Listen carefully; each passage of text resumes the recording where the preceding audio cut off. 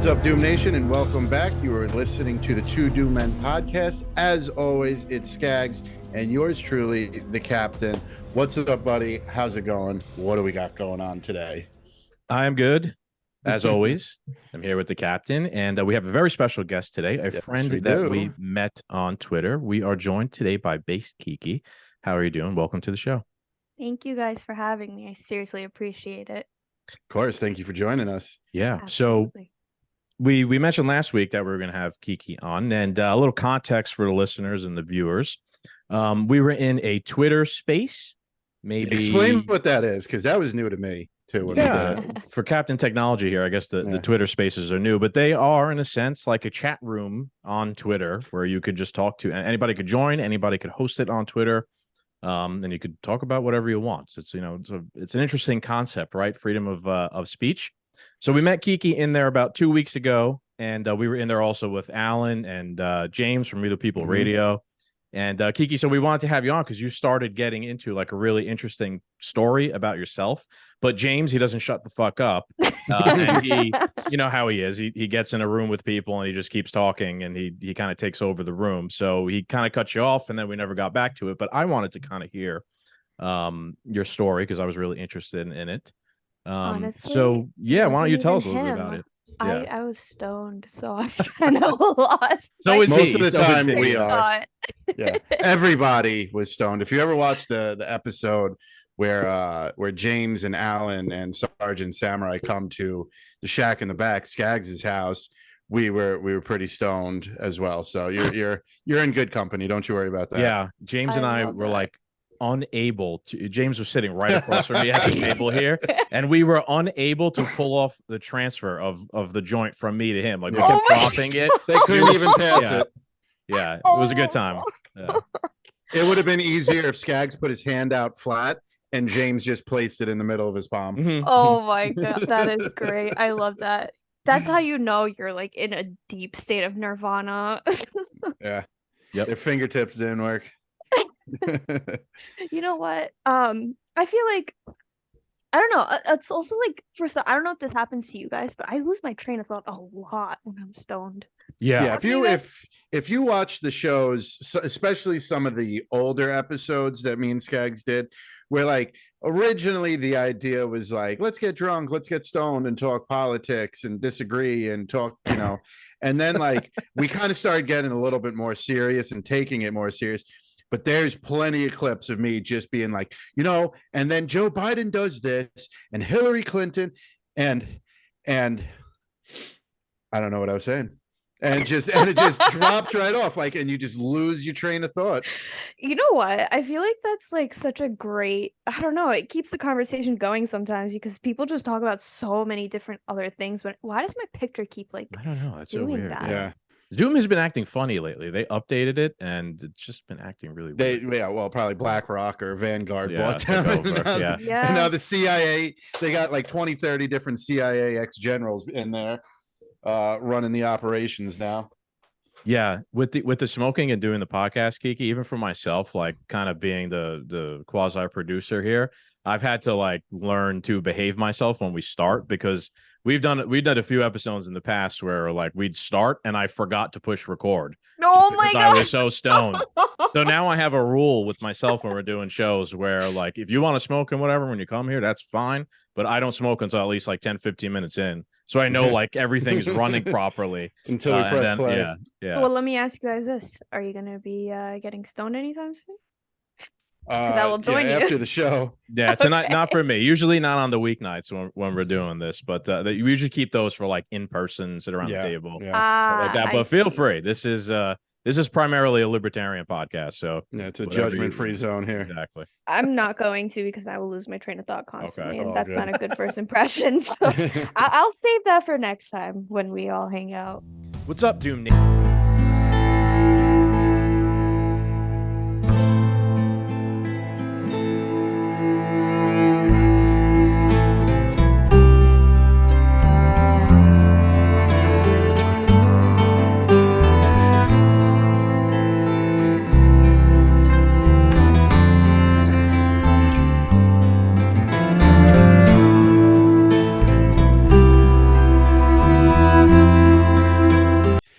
So let's get into it. Kiki, tell us about yourself. Tell Doom Nation where they could find you, how you got started, all the good stuff. Awesome. Okay, so my story is very, very long, so please interrupt me whenever you guys have a question. Okay. So I will start off with I have Asperger's. So I've had a very difficult life navigating myself. Because I was the only one out of like all of my dad's other kids, and like I don't know, it was a difficult life, but like I told Skaggs, I was born in Bronx. I was raised up Oh in God, a Bronx Bronx and kid. in Yeah, fellow Queens. Bronx kid. Yeah. God damn. Do you so you have siblings, right? And you're from the Yes. Bronx? Yes. Do you guys constantly throw things at each other? So I grew up with two brothers, right? They wrestled they me. throw shit. Yeah. Okay. Ah, Yeah. no, They not threw only you. They yes, threw you. exactly. So there's that. But yeah, like I've had to like my dad, he's had a hard life, but he kind of did this thing where he would never ever ever stop working. So he went from Bronx and then he just moved up in life. And while he was doing that, I unfortunately had to go. I moved about 5 times until we got to where I live now. And my siblings are two of them are younger than me, and they've had a great education because like they've had a stable education. So for me, I went from all these different places, and I guess I just had a hard time navigating, and I ended up during my senior year of high school, they told me, you're not going to get into college, just apply to community colleges. And I was like, no, because I was not a good student. Like I've been suspended and in detention almost all the time. But when it That's came that to Bronx 11th grade, water. yeah, exactly. I had a hard time assimilating, you know? So by the time I got to 11th grade, I had this one teacher. She noticed that it wasn't that I wasn't paying attention. It was just my attention was not being I guess I wasn't living my life to the full potential. Like she saw that I was very I was into creative writing. I was into computer and tech and stuff like that. So she was my English teacher and she encouraged me to just do better. And it took her to get me to change all my grades around senior year. I had all A's. I went from being like the worst student to like one of the best possible people I could possibly be just because of her. And that's where my story started, I guess. Um, and so I ended up applying to a bunch of schools. And the magical part is that I ended up graduating at 23 years old with a bachelor's and a doctorate. So, Wow. yeah, and it was all because of that one teacher who just put in that faith in me. So, um, I was very into critical care. I was gonna do my residency in critical care, but there it was like right before COVID where I was just like, I can't do this because it was too risky and I've never been trained. Because I literally just graduated in 2019 and I was studying for all my board exams and then out of nowhere COVID starts and I'm like, I don't know how to handle this. And I guess people can call me a coward or whatever they want, but I left the field. And then To be honest about with you, 2 real years ago. quick, I'm sorry to Yeah, interrupt you, yeah, but yeah, no, I please don't do. wouldn't consider you a coward whatsoever. Yeah. You made a decision and you didn't get into something for the wrong reason. Yeah. I like to, I like to think about police that way. Yeah, I don't think a lot of them think it through. Like, why are they signing up to do the job? Are they just doing it for like a paycheck, or are they doing it because they want to like do something good in the world? So anyone who actually like puts some critical thought into what they do, whether it's like, I don't think I want to do this, or I'm going to do this for like a larger purpose or something, I think that's a good thing. I don't think that's a bad thing. And thank on you. I top of appreciate it, that. at the top of it, I mean, we knew cops and we knew nurses during COVID. Mhm. And I'm sure there's plenty of people that looking back now, they're like, that was not worth the headache. So you Mhm. essentially dodged a bullet. Yeah, that's how I see it now. But like, I, I'm happy it happened also in a way because I noticed how corrupt the system was at that point. And I was like, this had to happen to me, because if it didn't happen to me, it wouldn't have redirected my life. Like I would have still been in that field. And so because of that, my grandma passed away from COVID, and I was just very scared that, like, because one of my friends at the time, he also worked at the hospital. He brought COVID home, and his grandma passed away. For me, I was very lucky because it was February. One of my best friend, her grandma passed away, so I had the opportunity that day. I was like, I went to her grandma's funeral, and I was like, I need to go see my grandmother. And I was actually, sorry, I'm getting a little emotional, but I was the last grandchild to see her. A lot of my family didn't get to see her, and she ended up passing away in November of 2020. Yeah. And it was just like that whole experience that I was like, there's something wrong here. Like they had an influx of midazolam, and they were essentially the nursing homes, like all these different, the hospitals. Like one of my best friends, she was like, yeah, I have this ice, like I don't know what to call it, an ice storage where they were just storing dead bodies from the hospital in New York Yes. City. So I Yeah, was like, I can't. our friend in the Loading up ice cream NYPD trucks. Yeah. told us Yes. that too. That like Albert Einstein Hospital in the Mhm. Bronx, that they had pulled in trucks that were like ice trucks to keep some of the the extra overflow bodies or whatever it was at the time. Yeah, and Right, the just very hearing onset. that. Yeah. Yeah, exactly. And like you guys hear that and you're like, what is happening? Mhm. It doesn't make sense.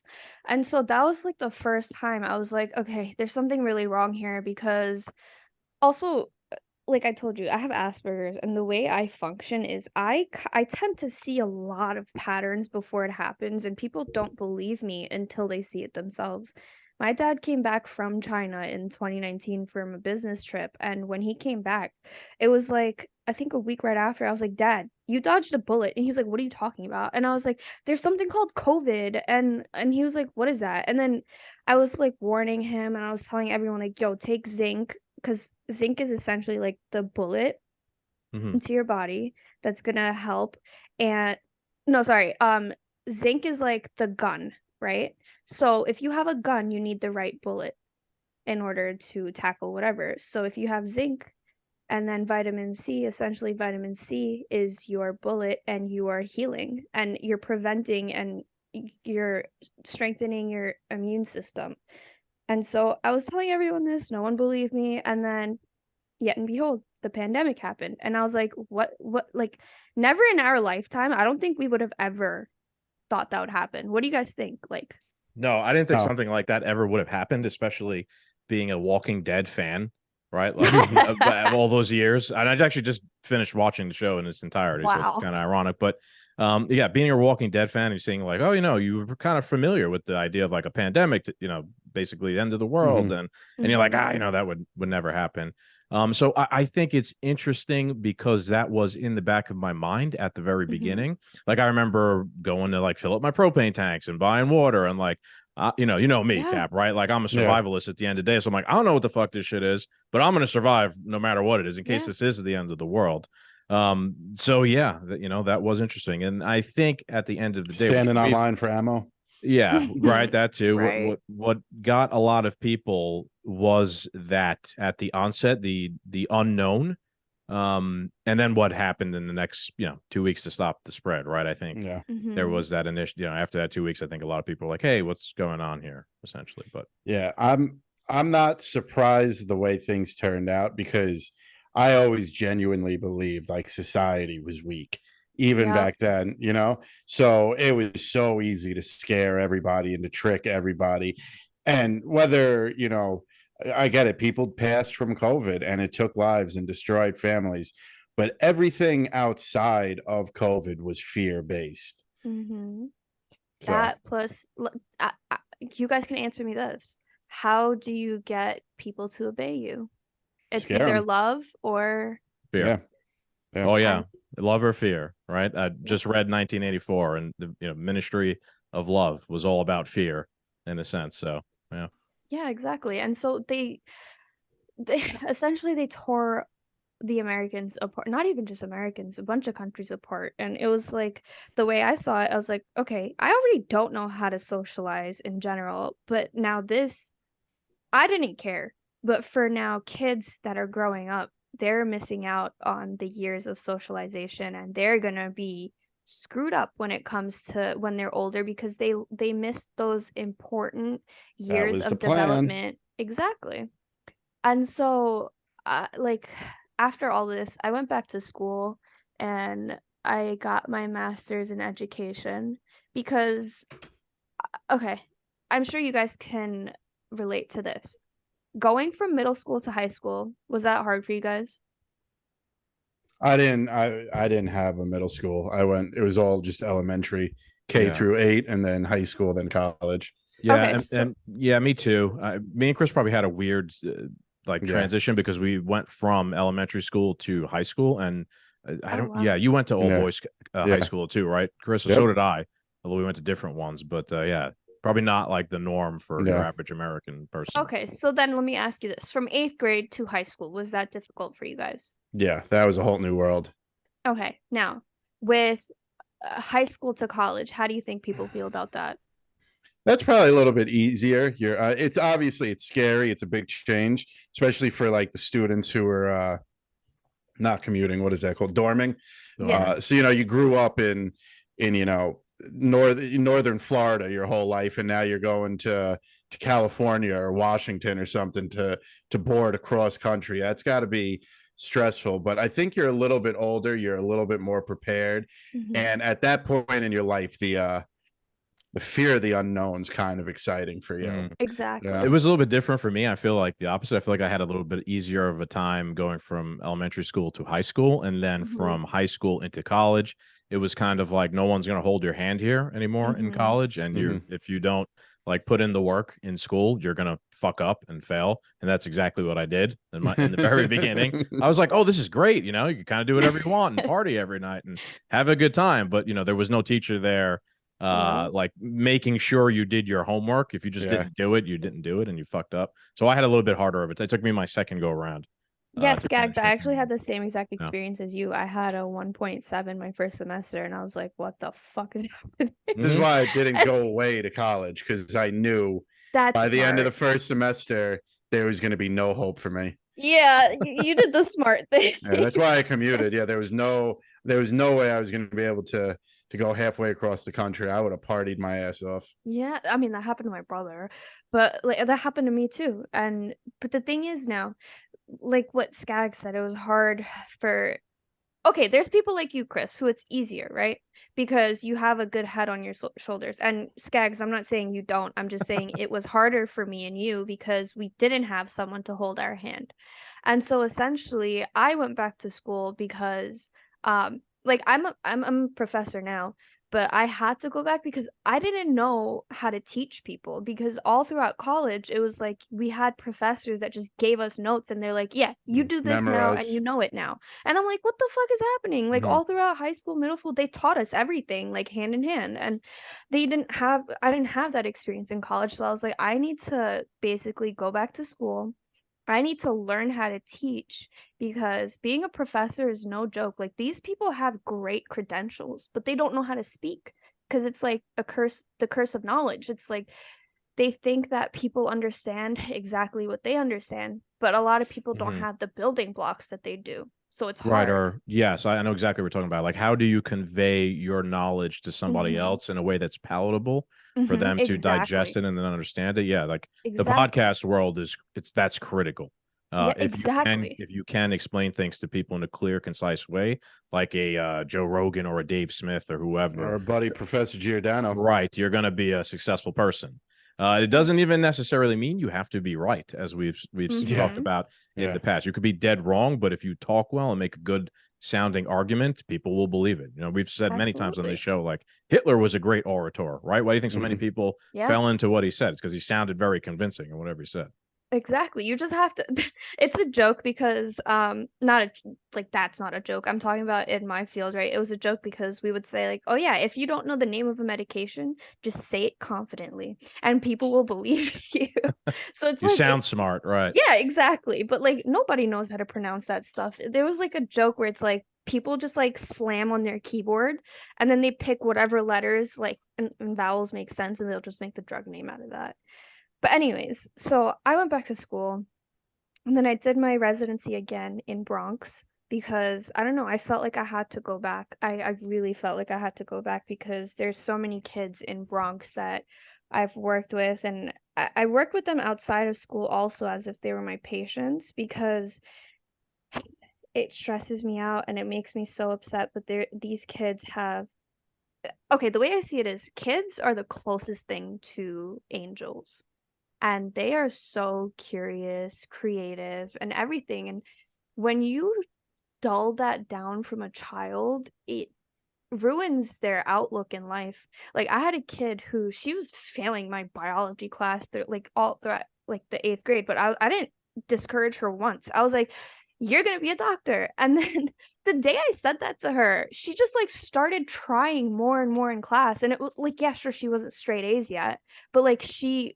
finally got that motivation like just from me just telling her a small tiny thing and that I just learned that from my teacher who did that for me in 11th grade and I was like these kids need to learn more about this. They need to be more open-minded and know that they're literally the future. Mm-hmm. And so I gave up like my cozy job and I was working 100 hours a week basically trying to work with these kids, get their lives in check because for me, I've gotten to the point where I don't care. I don't care about money at all. Like I tell my dad, it's like the money will come after, but like right now I have a serious mission to like fix the Bronx as best as I can. I have a That's a mission to It's big all mission. task. it is. Yeah. It's a huge mission, Yeah. but like We were talking before someone before has we to started do it. recording. I got the fuck out of there. It ain't my fucking problem anymore. Yeah. But you know, someone has to do it. Like someone has to pave the steps, and I want to Mhm. be that person who does it, and like lead as many kids as I can. Because even if I could change, I don't know, a handful of kids, right? They're gonna end up coming back to the Bronx and helping, and it creates a village that way. Like I know in my lifetime I'm not gonna fix it whatsoever, but I know in my lifetime I will get as many kids as I can to have essentially an aligned mission with me to come back home and help as much as they can. And I'm nonpartisan now, but there's a lot that I feel like.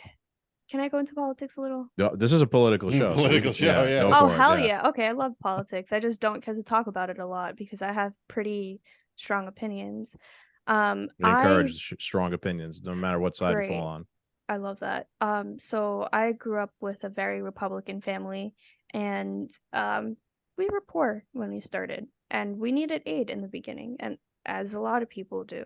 But my dad didn't continue to take that aid. He got off his feet, and then he just continued working as hard as he could. He was waking up, going to like from Parkchester to working at McDonald's like from 3 a.m. to God knows how long. And like for someone to do that, it takes great perseverance to do that.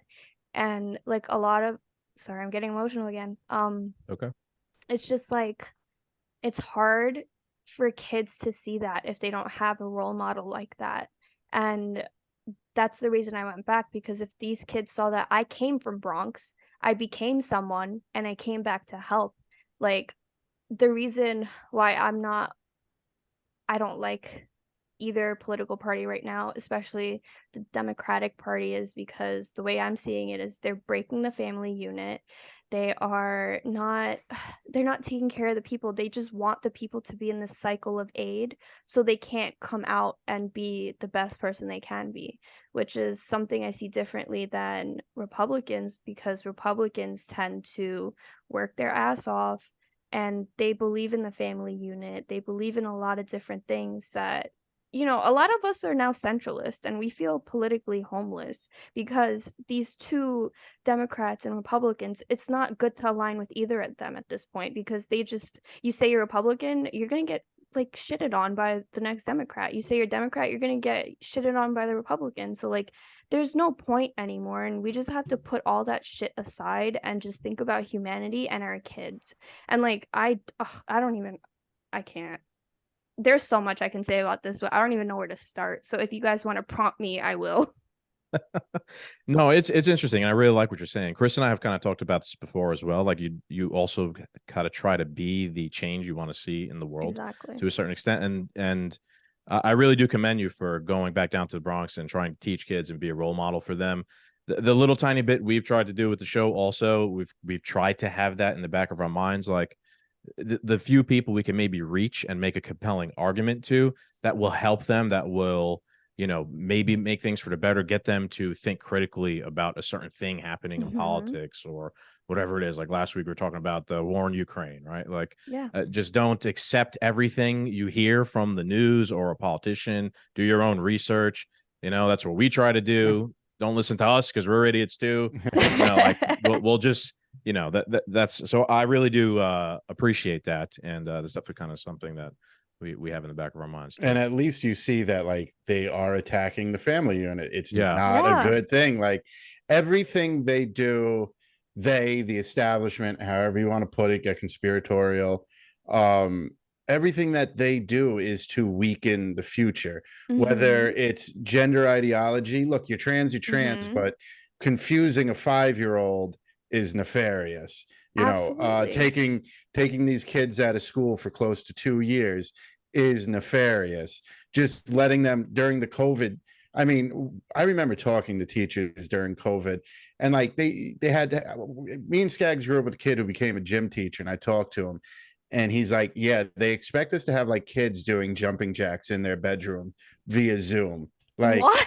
Let's like, what are we really doing here? You know, it's all, you know, this education system, critical race theory, color revolution, anything you want. It's just to weaken them. So in the future, when they kick that door down, there's a couch potato on the other side, a confused couch potato on the other side of that door. You kick the door down that me and Skaggs are in, there's a whole mess of problems. You got to come, you know, armed to the teeth with soldiers to take us down. Whereas these kids in the future, they're just going to knock and go, "Hey, get in the back of that truck." "Yes, master." And just walk right in. I think I agree with you, Kiki. There's definitely they're trying to make people dependent on the system instead of dependent on family and culture and tradition for like how you just live your life. And then I also think we talked about ad nauseum on the show is they're trying to cultivate a culture of conformity where you just whatever it is, you know. You ever seen the meme, the I support the current thing NPC? Yep. That's what they want. They want people who just say, "What is it right now? You know, the war in Ukraine. Okay, I put up the Ukraine flag on my bio. I won't look into history. I won't look into what's exactly going on or the geopolitical thing behind it. Just okay, I'm told Putin bad, Ukraine good. Okay, so Ukraine flag." And on top of it, anyone who questions it also is a Putin propagandist. What? They're just programmed to spit out these words. I mean, they have not even a cursory understanding of the situation in any regard. It's just I think that's ultimately the goal too, is to make people dumb and gullible, so just follow orders. What is it George Carlin said? Like just smart enough to operate the machinery. Like that's what they want to do to everybody. And the people are just so malleable because you could see that like under Trump, like it's World War III. Oh, Trump woke up today. It's going to be World War III. It's going to be World War III. I'm opposed to the starting of World War III. We can't let World War III start. Biden walks into the White House. Hello, World War III. Yeah, they're racing to the start line of World War III. They are in full support of World War III starting. They're so malleable and blind by what? There's no glitz or glamour to really be blinded by. You know what I mean? I guess they're just so fearful and bought into everything that the media and politics had to say that, like, you know, 1 week we're anti-war, this week we're pro-war, next week we'll be whatever you say. Ignorance is strength, as George Yeah. Orwell said. Also, like, I don't think this World War III is gonna even be like nuke bombs. I think it's gonna be straight up psychological warfare. Because I forgot. I think it was what, Putin who gave Trump that soccer ball. Was that it? But it sounds familiar. Yeah. Sounds So familiar. that soccer ball allegedly had a USB in it that Trump was like, yeah, I'll just give that to Barron. He'll know what to do with it. And so, with that being said, that plus, did you guys see the coronation? Oh, the Rim Reaper Yeah. showing up. I Yeah, saw a little not bit of even it, sure, on that. That Twitter, was yeah. weird. That's But did the you guys? only thing I saw. Yeah, there was actually, they handed out cards, not cards, but like, you know how if you go to an event, they give you like a schedule of what's going to itinerary, happen. yeah. Yes, exactly. So what I noticed was that all these people got different folders, or like there were different yeah. thicknesses, and then some of them were red, some of them were yellow, and when the main event was happening, no one was staring at what was happening. They were looking around the room. So for me, I thought that was weird. That's Well, psychological.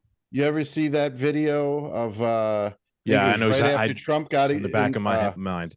It was Trump, George H.W. Bush's funeral. Yes. and Trump was president, Yes. and there was the notes in everybody's fucking that's always been one of the biggest mysteries to me. Sure, in the front, Jeb Bush breaking down, Hillary Clinton knew it was fucking on. Like, that was very interesting.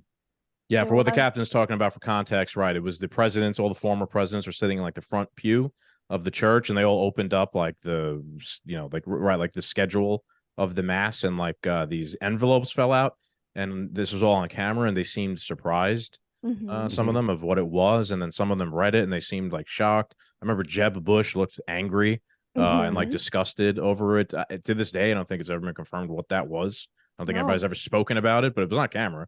So it was interesting. So you're saying something like that happened at the coronation? At the coronation. Okay. And so for me, I'm thinking that all this stuff that's coming next is all going to be psychological. Like we said, they conquer with fear. So now they're fear mongering everyone.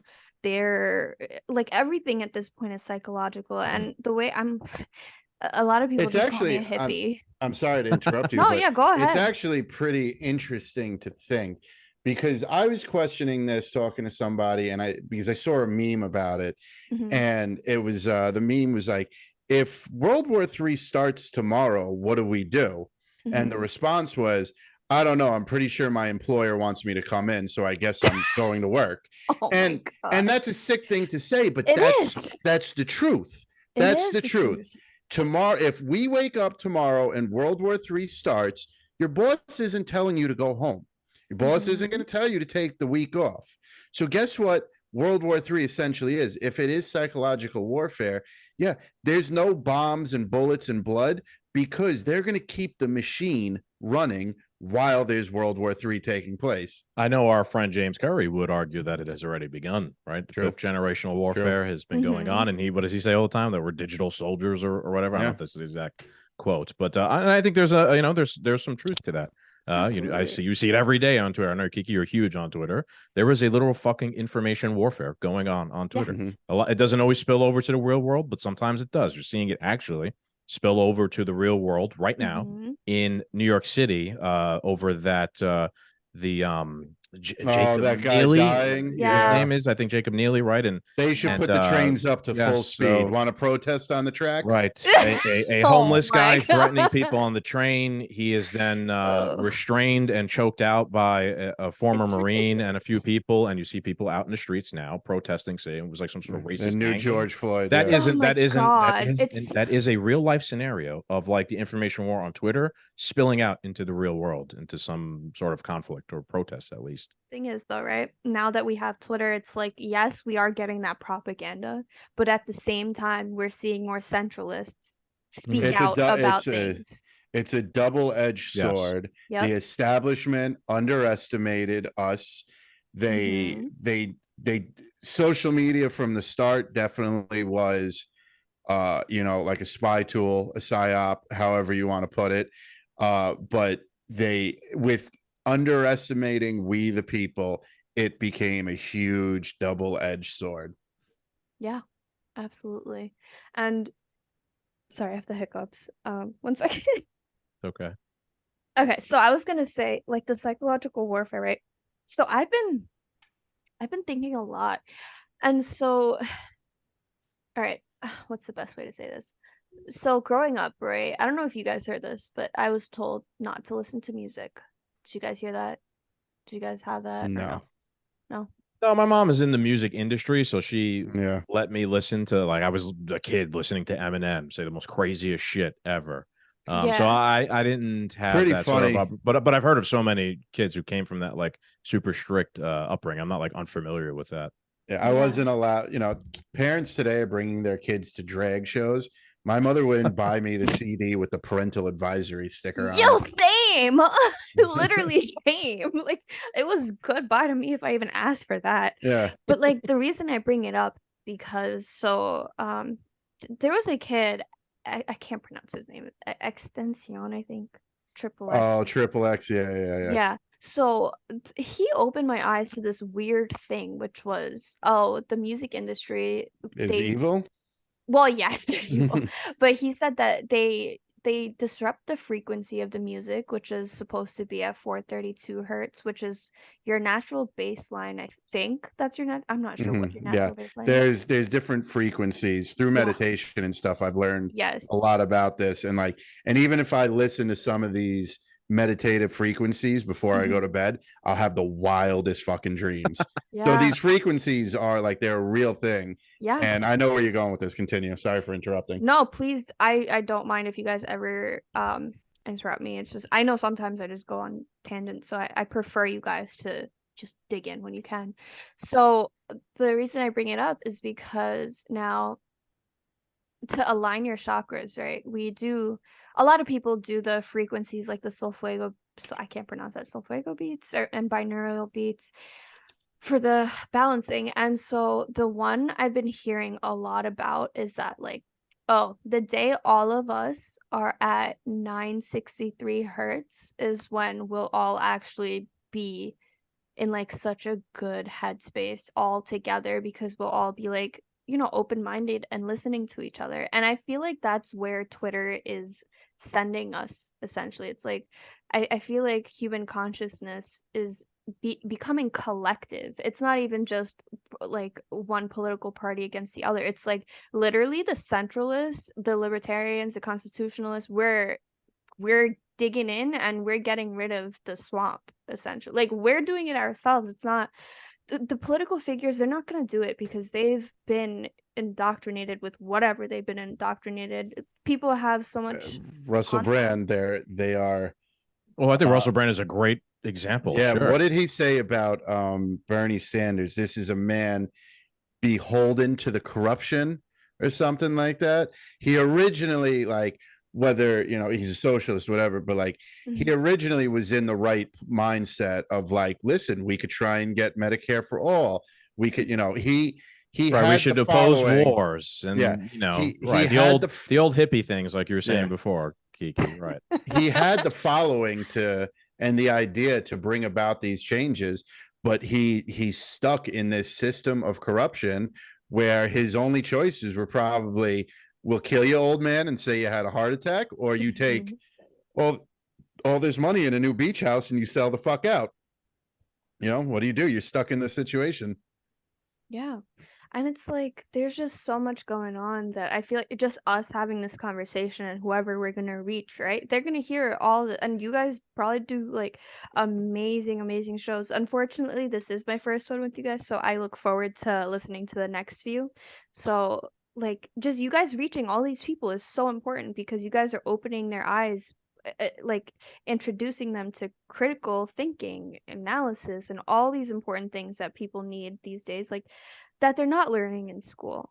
And something I did want to talk about before, but I forgot and I just remembered was that COVID also it broke a lot of small businesses. It was an attack on small businesses. Yeah. Because if you're one thing that I've been teaching one thing that I taught myself over during COVID and stuff was about LLCs and assets and liabilities and starting your own business and becoming your own boss.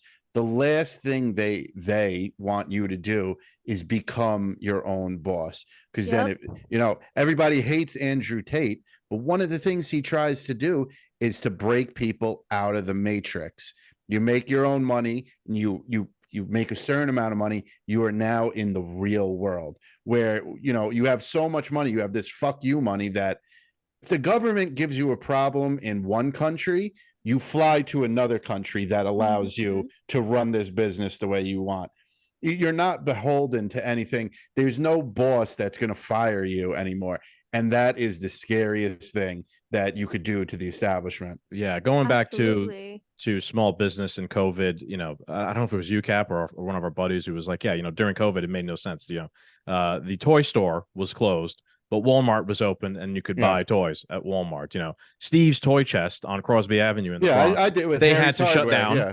They had to shut down, but Staples was open, and they could sell toys there. So on was Yonkers also Avenue. Yep. part of Harry's a larger Hardware. attack on the family unit, right? Because a lot of those small businesses in time, are often owned by families as well, and like the family works in the business. How many people work in the family business, right? Small family business. So it's all part of a larger. And then on top of it, you have your child. You got your business running. Your son or your daughter is now of age. She's helping you run it. You're going to pass this business down. That's another generation that doesn't need to work for the man. So if we fuck them over now, you're getting out of college. Instead of taking over the business, you got to go get a real job. Go get a government job. Stay on the works for the Waltons. Yeah. Sorry, before we interrupted your train of thought. keep no, going, you guys are fine. I'm like, at least you're sober. Yeah. yeah. Good thing I did not take that hit, because I don't think you guys would be able to have a cohesive conversation with me. But I can actually read you guys something that Andrew Tate posted, and then my reply to it. Go for it. So it's a little bit long, but just bear with me.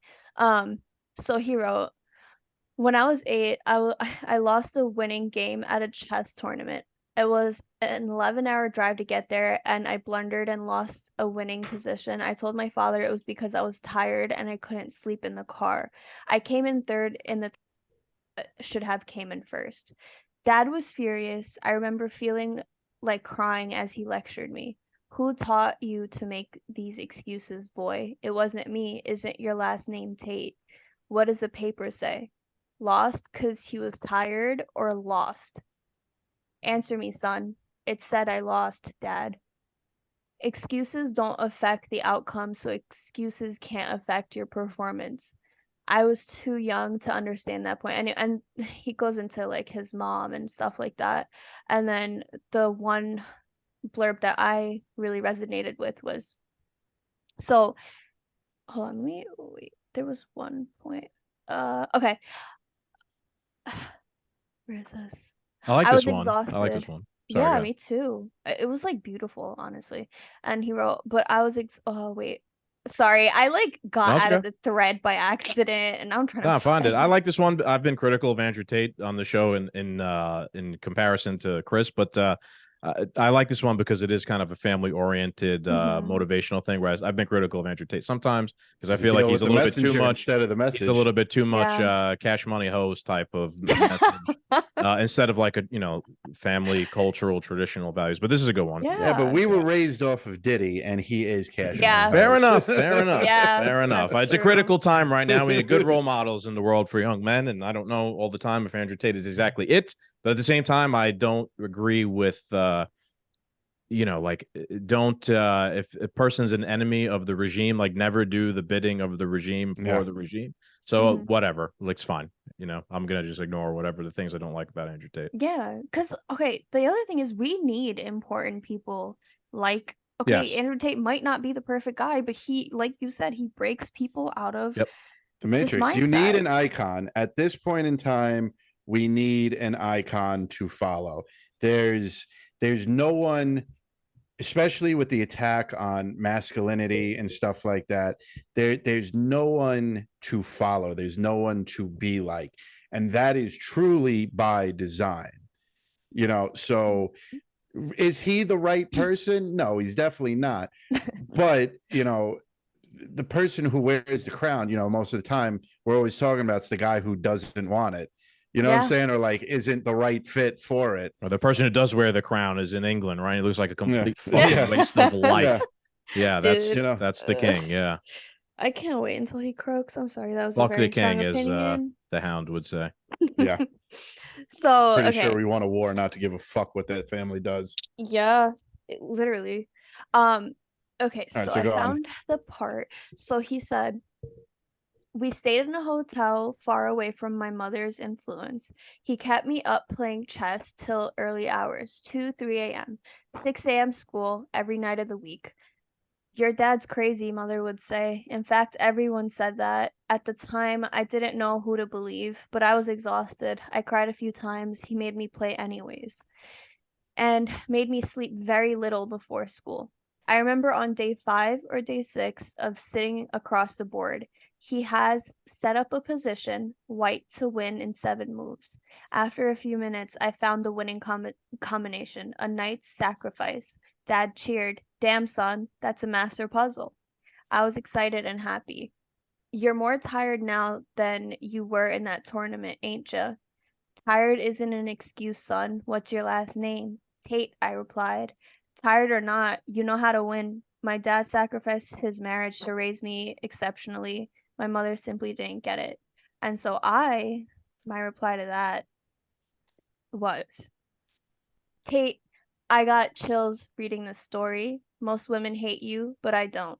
The reason I get pissed when men talk down to me is because I am my father's daughter, and I am a reflection of such a strong man. I laugh when men look down at me because I can probably two-piece them into a coma.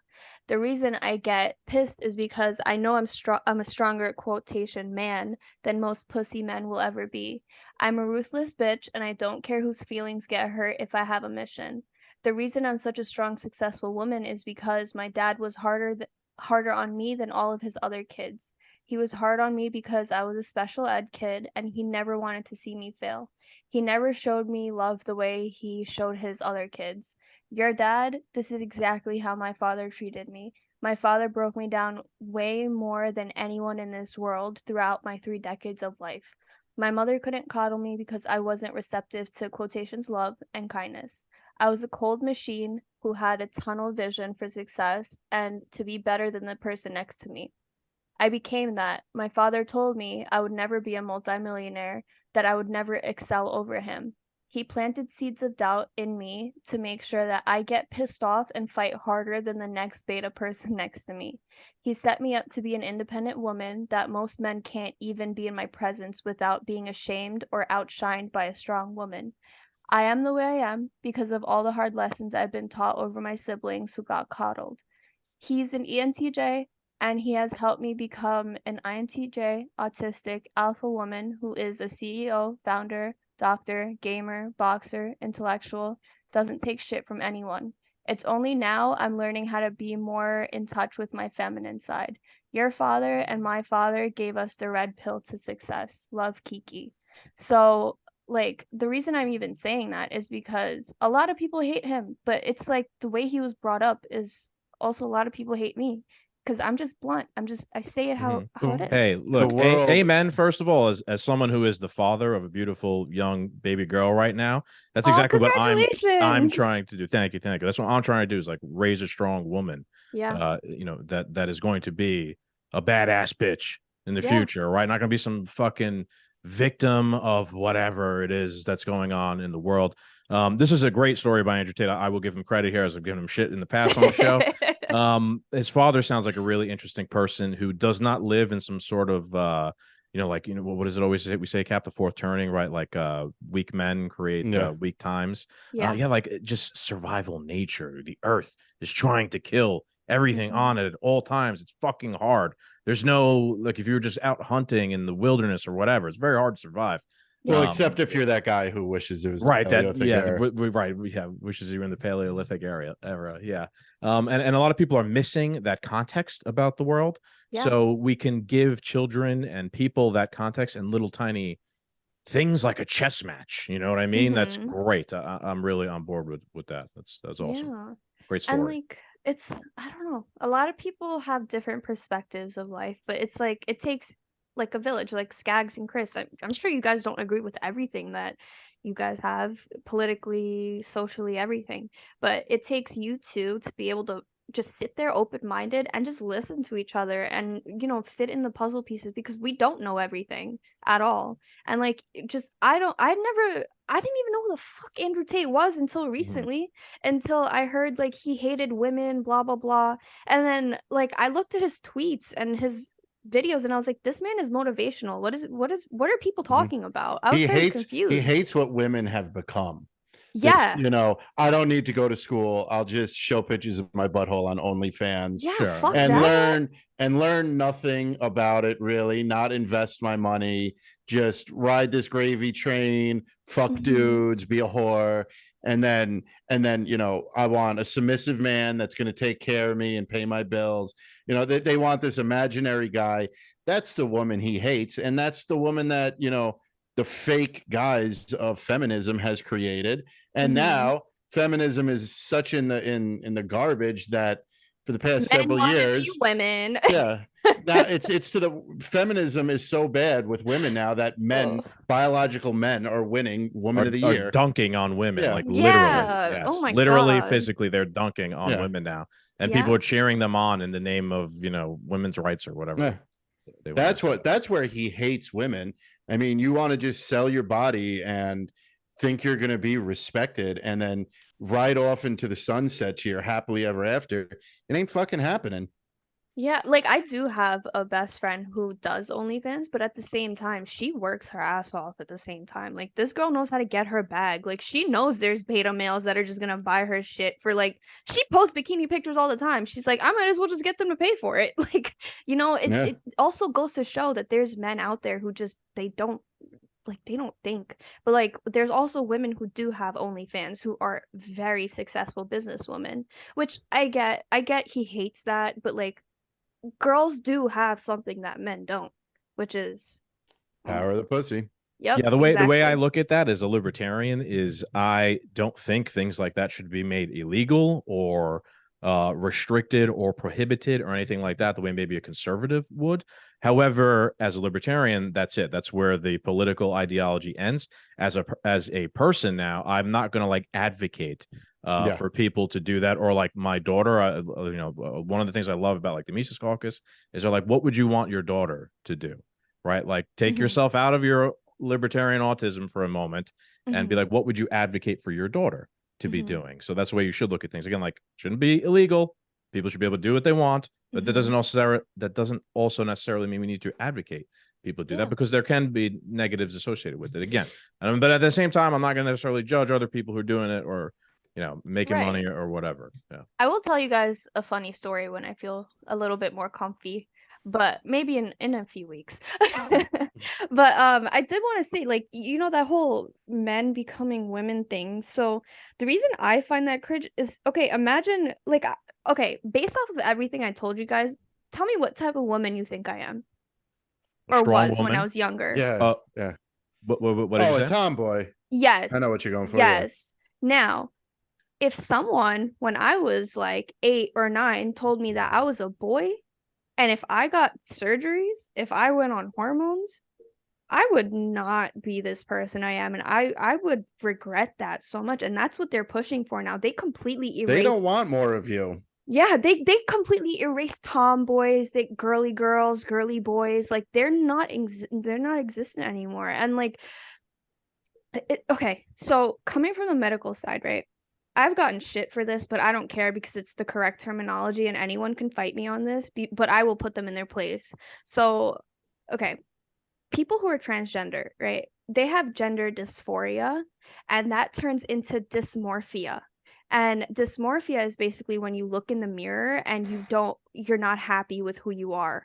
And because of COVID, guess how many people that affected? They're staring at their screen, at Zoom, in the mirror all the time. And now, like since COVID happened, scientifically, the transitions went up and up. And that's because they were home all day. And like there was no escape button that they had. And like the media has exaggerated things, and it's like they just now they're like, yeah, let's just get mutilated, let's get hormones. And I don't feel comfortable with I don't know. This whole thing that they're pushing on children is disgusting to me. It makes me so mad. I had one kid who was transgender. Um, he was using the teacher's bathroom, right? Clogged up the bathroom with pads and stuff because no one taught him that you don't flush that stuff down. Our third floor, fourth floor was clogged for 2 weeks because the Especially on the seventh fact that he grader. doesn't have a 'Cause you period. said him as well, right? It was a girl who transitioned to a boy. Okay, sorry. Yeah, no, you're fine. It took me. I've Pesky never heard about this pronouns. stuff. Yeah, like we didn't grow up with this stuff. I don't know what the fuck this stuff is. It just came out of nowhere, and I have a difficult time learning. How is one person a they them? You're one person. Yeah, It I never doesn't got make that sense one. to me. Yeah. You either if you're transition, call yourself a she, call yourself a he. Why do you have to bring this weird they them terminology in here? Like I don't It's all understand to that. make it more. It's all to make Yeah. it more difficult.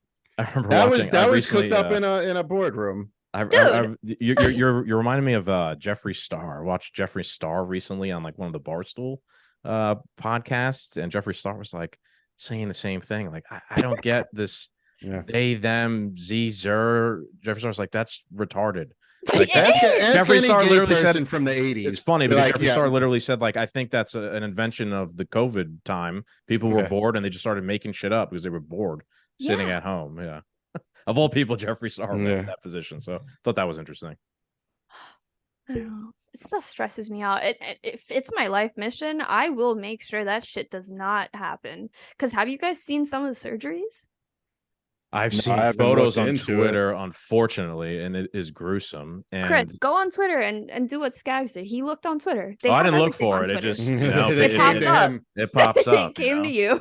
Yeah, it's when it comes to children, yeah. I mean, it's a line to be drawn. Children, like we've been talking throughout this whole episode here, they are malleable, right? And they are also they have imaginations. They're angels, right? They think they could be firemen and unicorns and all these things. As adults, in order to raise them right, you need to correct them. You need to check them when they are going outside the bounds of what's acceptable. Like if they start, if in the future children start being like, I don't have any arms.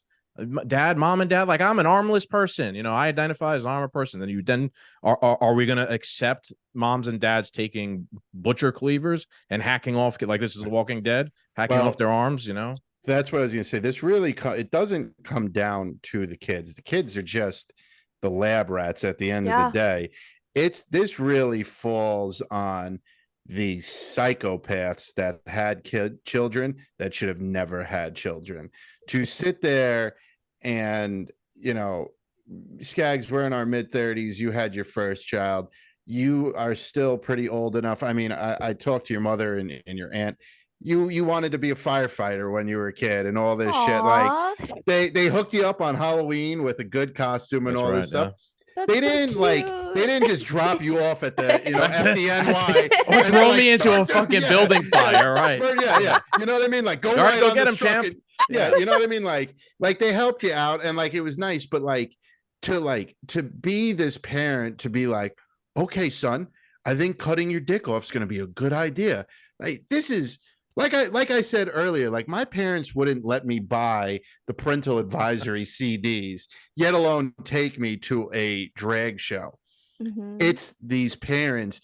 There's this generation, I guess we're part of it, that really went awry somewhere to the point. Overton window shifted, right? The allowable, acceptable thing has shifted. On Twitter recently, I made a point that someone who was advocating that the drag queen story hour shows were okay.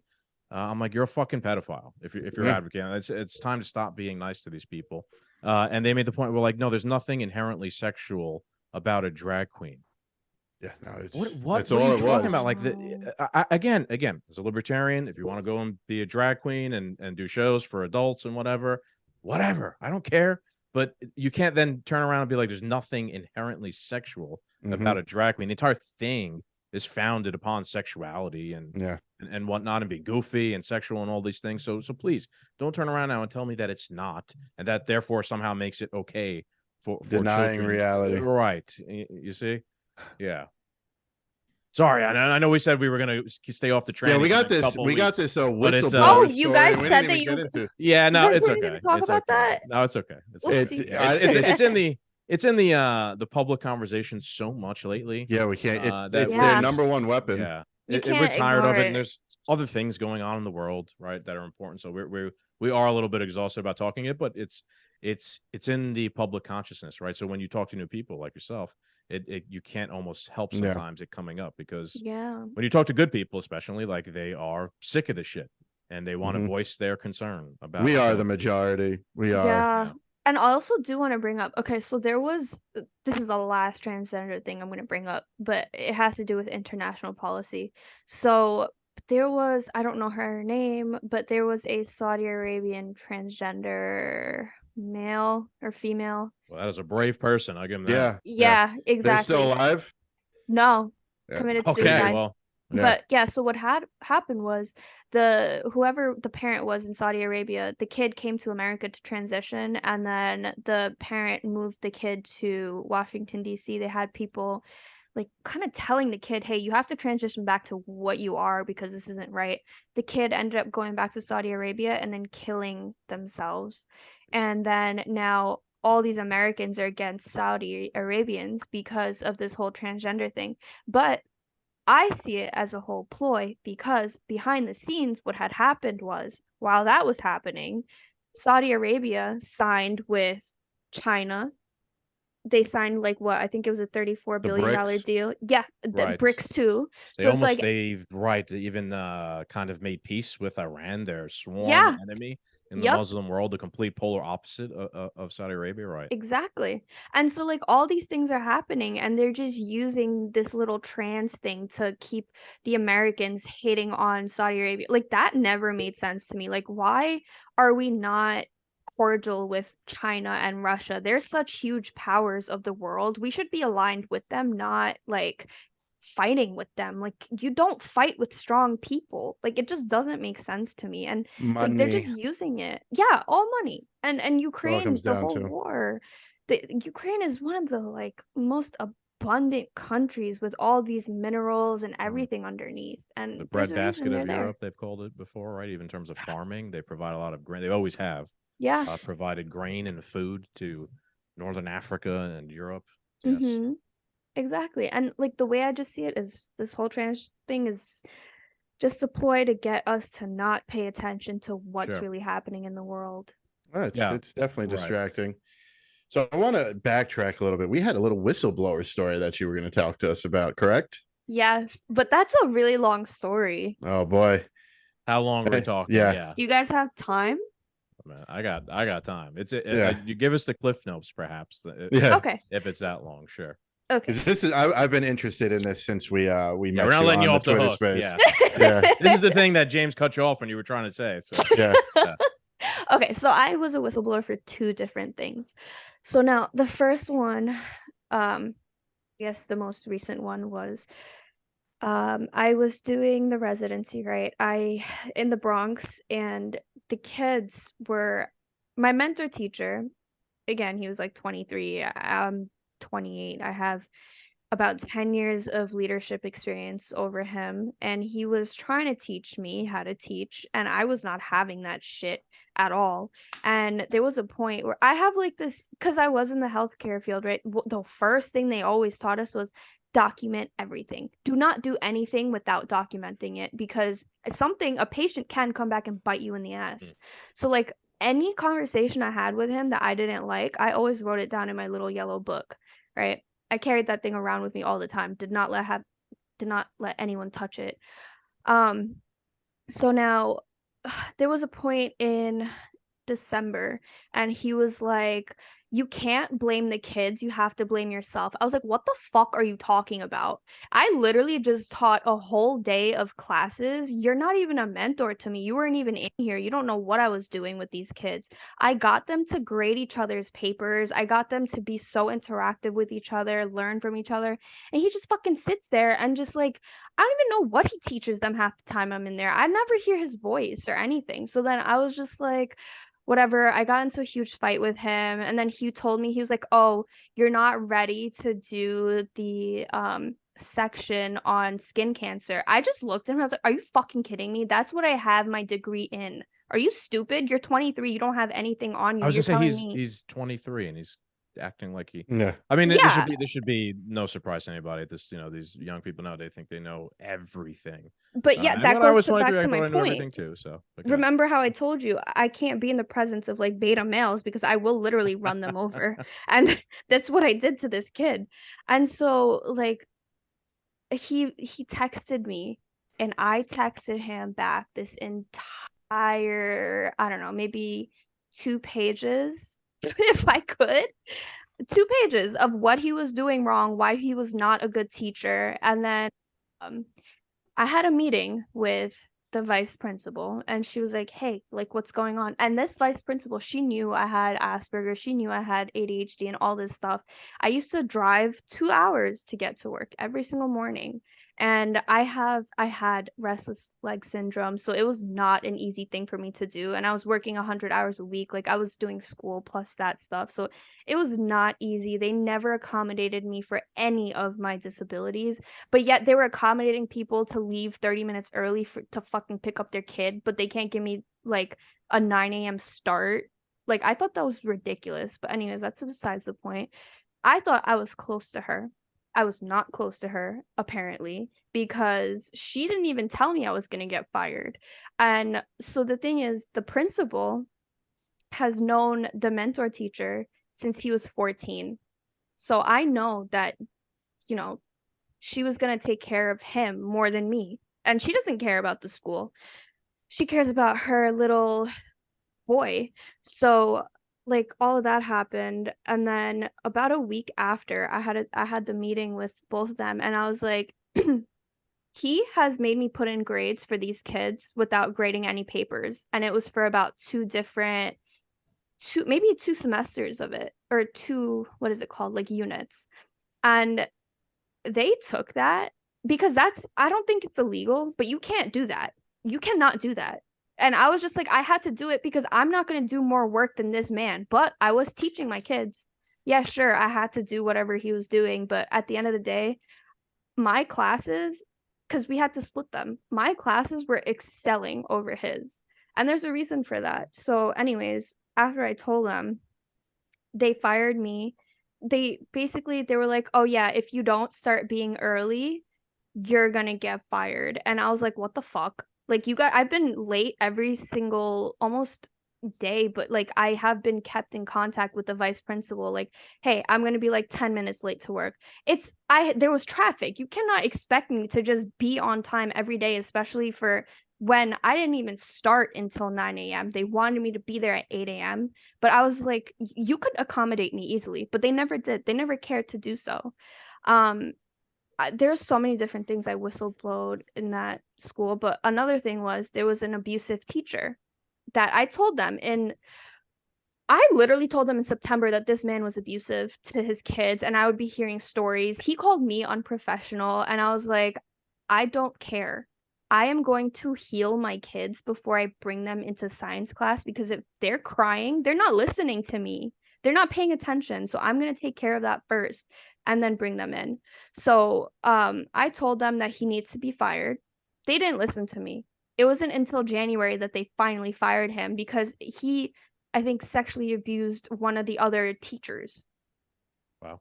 So yeah, and then there's another person there that he called me a half faggot. He's still working there. There was another person who This sounds like a toxic school. Jesus. It is. And that's why I'm so happy I got fired, because now I'm going back. I'm going to the founder and I'm showing I have evidence on evidence. I'm literally handing it to him on Sunday. And I'm going to be like, "Hey, there's a reason your school is doing poorly." And the thing is, the CEO of the school, his grandson, I was his favorite teacher. So, yeah. So these people, they fired me over things that I have told them, and like I guess they didn't trust me. I don't know what it was, but they can't have someone like me going around because they know they would be fucked if I stayed for even longer. You didn't just fall in line, right? I did not fall in line ever, because I called them out on every single thing they did wrong. There was another incident. It was a huge one. Hold on, I can't. I was just gonna say that your story sounds a lot like the complete opposite of what schools want nowadays, right? They don't want a critically thinking, smart, independent, strong person. That's They want helping the people kids. that just are smart enough to operate the machines and just to take Yep. orders, right? And if you challenge that status quo, that power structure, right, you'll be ostracized. You're a racist. You're a this. You're a that. Whatever. Ah, Whatever I just thing they could remembered. throw at you, they'll throw at you. Go ahead. Yeah. No, okay, so this was my final straw. This literally happened the week of me getting fired. And like the second this happened, I was not happy. So I had a kid, right? He was sitting in the staircase. He was one of my 8th graders. They had me subbing, by the way, constantly, even though I was there for a residency. I was not there to be a sub and be a babysitter for these kids. I was there to educate them. So anyways, so I had to line up the 7th graders to take them to lunch. Also, who the fuck does that? They had lockers. They should be able to go to the lunchroom on their own. Anyways, I had to line them up outside the room, walk them downstairs. As I was doing that, I'm walking down the staircase. I see one of my 8th graders literally crouched in a corner with his head in his shoulders. I'm like, "What's wrong?" He was like, he couldn't talk to me. I was like, "What's wrong? Talk to me. What's wrong?" And he was like, "I couldn't eat all day. I left my money at home. I don't have my phone on me. I can't text my mom." And the nurse is closed. And I was like, "Okay, I'm bringing the 7th graders down for lunch. Come with me." And I was supposed to be teaching him at this point, but they had me subbing. So I was with the 7th graders instead of him because he was in the class I was supposed to be in the next period. So I take him to the lunchroom and I grabbed a lunch, tray for him. The dean looks at me and she goes, "He has lunch period next." And I was like, "I don't care. He's hungry right now. He can't focus if he doesn't eat." And she gave me so much attitude and she just looked at him and I told him, I was like, "Hey, come with me. We're gonna sit at the front desk. You're gonna eat and then we'll go to class." I got in trouble for that.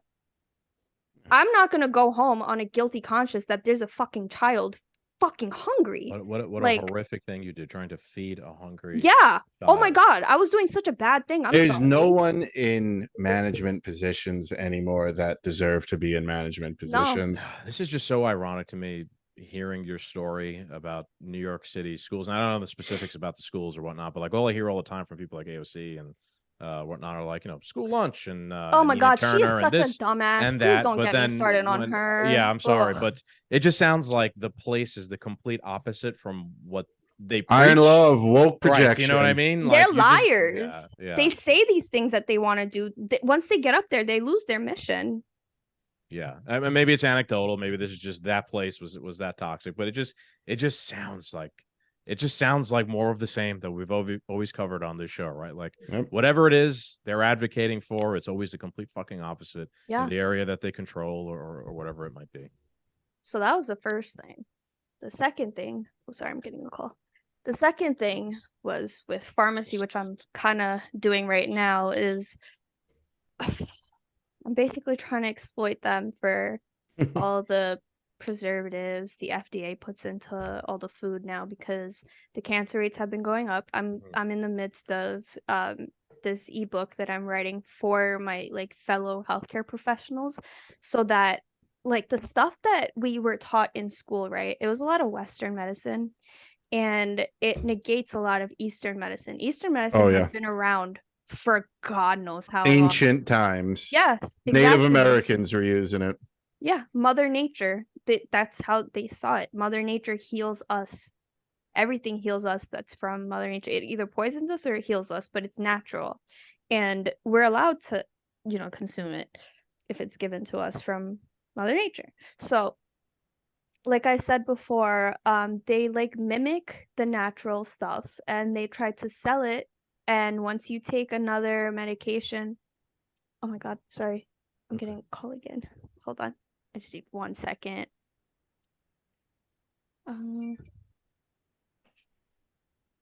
Yeah, it really is something. I remember reading a book a couple of years ago too about just food. I think it was called In Defense of Food. And it just brought up a lot of the historical aspects, especially about America. America is like one of the worst places for food, as we factory farming and all this stuff. And it was bringing up like if you can compare a tomato in 2022 or 2023 or whatever to like a tomato in 1940. Like the 2022, like it looks like a tomato, you know, like it nothing. but it's actually not a tomato. It has like zero nutritional. If you get one of the ones that are like factory farm, it has like no nutritional content. It's essentially like empty calories. And when you eat them, you're almost eating it like at a negative in terms of like nutritional value. That's why we're all fat. Yeah, right. Like if instead of like, and then again, just like a personal anecdote, like I don't know, grow a tomato out in the backyard. It's bright, vibrant, fucking red. You eat one or two, like you feel full, you feel good afterwards because it's just a real tomato. Natural. When you get when you get used to eating empty nothingness. If you look at the grocery store and you look at the diseases, 99 years ago, we didn't have half the food that was in the grocery store. 99 years ago, we also didn't have half the diseases and sicknesses and problems we have today. Exactly. So like that also is because they teach us in school that, oh yeah, something's wrong, you give them this, this, and this. And I'm gonna do this quick ad right now, but they don't pay me. Okay. So I wish I was getting paid for They this. don't pay us either. They don't pay us either. Yeah. So feel free. Yeah. They literally, this app is a lifesaver. I want you guys to write it down. It's YUKA. It's called Yuka. And so essentially what this does is I've had yuca fries before. They're delicious. Yuca fries are great. So this app, right? Let's say you guys are at the grocery store. I'm gonna use Target. And you guys go to the food section, right? You take out the phone, you scan the barcode, it tells you what ingredients in that food is basically hazardous. And then on top of that, it also gives you substitutes and ratings. So it's also 100% free. And that's why I always tell people, like, get this, watch what you're eating, like watch it, because right now, there's just so much going on and it's so bad for us. And I think that's great too. And kind of go back to what we were saying earlier, how technology can be a double-edged sword in today's world. And it has been in the sense of like technology has produced this garbage shit food that's everywhere. But then at the same time, look, technology has produced an app that you could scan the barcode and learn like, hey, what's really in this? And then make an educated decision about whether you should eat it or not. Like more speech, more education, more options are always better. Exactly. Yeah. And I was actually, it's funny you mentioned that because I was right before this podcast, I was doing another Twitter space and it was like, I was trying to educate people on like the biorevolution, the intersection of biology and technology. And so that plays a huge role in, like you said, there's stuff like Yuka and then there's other stuff that harms us. And we just have to collectively figure out which of the technology helps us, which doesn't. And yeah, like this book I'm writing, I'm gonna be comparing stuff from my like medical books of like, for example, I give everyone this example because it's the easiest one to digest, which is warfarin is a medication that's used for thinning blood, right? And in school they taught us you're not supposed to have warfarin with ginkgo, garlic, ginger, grapefruit juice, and a bunch of other stuff because those things will thin out your blood even more. So why didn't they teach us, hey, these are the preventative medication, like holistic medications that can help someone if they are prone to this disease. I see what you're saying, because, right? Because there's no money to be made. Right, like here's the drug that does this thing. At the same time, do not advise people to eat these things that also do that same thing. Exactly. Right, like, why was there no thought to just, hey, why don't you just first prescribe the person change their diet to eat those things, and then perhaps if their diet doesn't help them, then maybe we turn to medicine. Here's the thing though, Skaggs. Oh, sorry, Chris. Just one point is, Skaggs, exactly that what you're saying is they don't teach us because, like you said, they're not going to make the money back, and Sure. I had a different point. There's no money to be made in financing. There's no money to be made in like the healthcare pharmaceutical world to advocating people to eat good yucca or something. The thing I was going to say, right? They do say the lifestyle thing changes. Like once you go to the doctor, first thing they say is the lifestyle changes, but they don't tell you how. And that's the issue. People need to learn how, and that's the point of this book that I need to make, because I'm making one for the healthcare professionals, but at the same time, I'm also making one for like in layman's terms, everyday like man. pictures. Yeah, exactly. Me. Yeah. Again. So I was gonna say, isn't like magnesium like very good for you to like solve a ton of different problems, but doctors never prescribe it? Yeah, so magnesium is good for a lot of things. The one thing I like to say is if you are having poopy problems, and like you can't poo, you use some magnesium, like milk of magnesia. You don't need stool softeners or any of that stuff, because there's prunes, there's so many natural things that help. And like magnesium, you need it for so many different things in your body. And isn't like 75% of the country like deficient in it too? Mm-hmm. Like 75% of the country is deficient in everything. Yeah, I was brain just gonna say cells, that. Eating nothing burger, fucking tomatoes or whatever. Literally. Flaming hot Taki chips. Yeah. And that's what I hated. Oh, those are good though. Those are delicious. I love those things. But boy, am I hurting the next day after. That's the one thing I'm surprised you eat. You're not a big fan of garbage, but that's top tier garbage. Yeah. Is that a Bronx thing? Because like a lot of my students, right? This actually cringed me out so much. They would come to class in the morning with a chopped cheese and hot Takis. I was like, what the fuck are you doing? I've never had a chopped cheese and hot Takis. That's the chopped cheese all day, but the Takis. I feel the same. Like I till this day, so I've never had a Taki because it smells so bad. Funny enough, Kiki, I don't know if you've ever, like, Skaggs and I go camping, we talk about survivalist shit, all this stuff. So if you are stuck in a cold place and you can't get a fire going, you could use Doritos as a fire starter. We've started, we take a bag of Doritos, take one Dorito and put a lighter or a match under it, and it will hold the flame. They are flammable. So are Takis. Whatever is in Doritos is also in Takis, and they're flammable, but not where like you'd light them and they go up in a puff of smoke. Right, it's like a slow burn. It's they like a get match. on fire and they stay on fire for a couple minutes. And if you're trying to start a fire, you need something that like is small, very flammable, but stays on fire to get the fire going. Doritos are the thing. Bring a bag of Doritos. We use it over pro tip, paper. pro survival tip. Yeah, we don't use hay. We don't use paper. We open up a bag of Doritos, throw a few in the bottom, and get a whole campfire going. Yep. Oh my god. Okay, so you know how you guys just told me that about the Doritos, right? Now it's a slow flame. How do you guys think that's going in your body when you stomach it? How do you digest that? It's gasoline? Like, there's so many and things. I think also in different places around the world, Doritos and like red Gatorade are banned because red dye number 40. Whatever is linked to brain damage, and they just pump it into American candy. And you know who approves that? The FDA. Yeah. That's why I'm after them right now. Right. And, if you talk to some person, like some progressive person, right, they'd be singing the praises of government regulation and restriction and institutions like the FDA. But, looking at it from my point of view, the libertarian point of view, is like, what did they even do? Why do they exist? Like, they're regulating and they're restricting and they're recommending things that are awful for everybody. The larger they've even become, like right now, the United States government, all these institutions, they're the largest government ever in the history of the world. The people are the most sick. They're the most, like divided. They're the most mentally unwell. Like, the larger the apparatus has become, the worse off people in the society have become. Biden dropped a tweet the other day like, oh, McCarthy wants to cut the budget to the FBI. Yeah, fucking fantastic idea, brother. Fantastic idea. Get out of here. God. Don't make me like the guy. Yeah. Don't threaten me with a good time here, buddy. Yeah. Jeez. All right. I could talk to you guys about this forever. There's I'm sure. much. We'll definitely do some Twitter spaces with you. I feel like those could definitely go on. We might have to host a 2 Do Men Twitter space, and you're definitely gonna have to be there.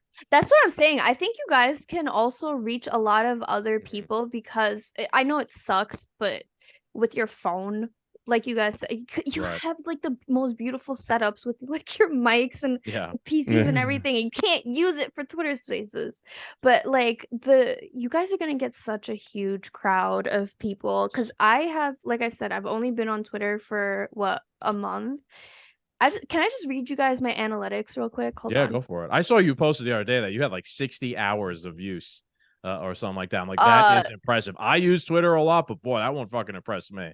So I don't, it's not that I use Twitter 60 hours. So I think it clocked at 100 something, but that's only because I'm in Twitter spaces while I'm working. I see. I Right. kind of use it in the background. So Right. my analytics from 28 days ago, yes, I tweeted a lot. 1,635. That's an increase 63.5% increase from before. Twitter tweet impressions 3.4 million. Profile visits 200K. Mentions 3,362. And I went up 1,132 followers literally in just 1 month. And like, I don't know, but it's not even like I tried to do that. It was just I was just telling people the truth. And this was all through Twitter Spaces. I'd have to get you to do some marketing for the Two Do Men podcast. I got you would, guys. Yeah, let's do it. I'd gather that the algorithm is boosting and favoring people who participate in Twitter Spaces because it's a thing that the company is probably trying to promote, and that's along the lines of like what these social media companies normally do, like YouTube Shorts, for example. That's what we've been trying to make those, or just TikTok Shorts. Like those things are being promoted by the algorithm.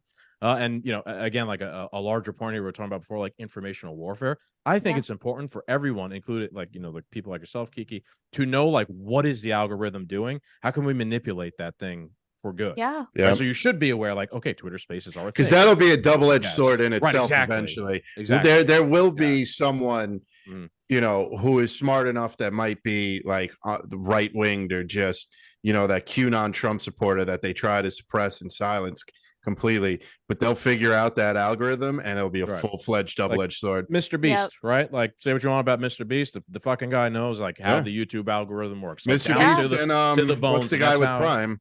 Yeah. That's how his show has become so popular. They could give out millions of dollars or whatever it is. He knows exactly what the algorithm wants. He manipulates his videos to work with them, and he's benefited from it. Now we could use it in a good way for Ryan Reynolds has a marketing company where if anything goes viral, let's just say me and you make a joke and it blows up on TikTok and it's about whiskey or whatever, Ryan Reynolds will find a whiskey company, buy it, hire us, get a commercial ready, because since it's a viral sensation, he will attach us to that. It's like a social marketing scheme almost, where because you went viral on social media, let's get a brand in their hands, run off of the 15 minutes of fame, it blows up that little company, and then he sells it. Yeah. And he fucking sells the company and makes fucking millions. Exactly. There is value and stuff like that. I maybe don't think it's a good thing long term. It's kind of maybe a larger manifestation of like very short attention span sort of culture. That's all there is. But you have to be aware of these things and use them to your advantage. Yes, sir. So, Kiki, I think we're going to wrap it up there. Yeah. I really appreciate you coming on and spending the time with us. You have an interesting story. Great story. Really I had awesome a great person. time talking to you guys. Yeah, and we will definitely be joining you in some Twitter Spaces. But again, before we get out of here, why don't you tell everybody where can they find you? Should have did this at the beginning. Yeah, sorry. I probably should have said that in the beginning. So you guys can find me on Twitter. That is my most used account, social media, as Skags has said already. My Twitter username is Turmeric Bay, as in like Salt Bay, but Turmeric Bay because turmeric heals a lot of stuff. I love turmeric. I tried to use that Salt Bay meme to my benefit, but a lot of people don't get it. But yeah, I got it when I saw your handle as a Did turmeric you really? love. Yes, I got it. Yeah. Yay! I did. I have chickens out here, and when they do lay eggs, I will cook them. They're the best fucking eggs ever. They're super natural, and I throw some fucking turmeric on there, just on top, like as the seasoning. Nice. It's amazing. I love that. I'm so happy you do that. It fights so much for you. But yeah, I'm excited to, have this budding relationship with you both. Definitely. Thank you, so we. Sign us off, Cap. Thank you so much for coming on, Kiki. It was a pleasure. We will definitely be linking up with you again. Everybody, make sure you go check her out at Turmeric Bay on Twitter. Check us out. Go to our Instagram page. Our link tree has everywhere you can find us. We're on every social media platform. Just search Two Do Men. You'll find us. Hope you guys enjoyed this episode. As always, make sure you like, share, and subscribe. Thank you, and adios.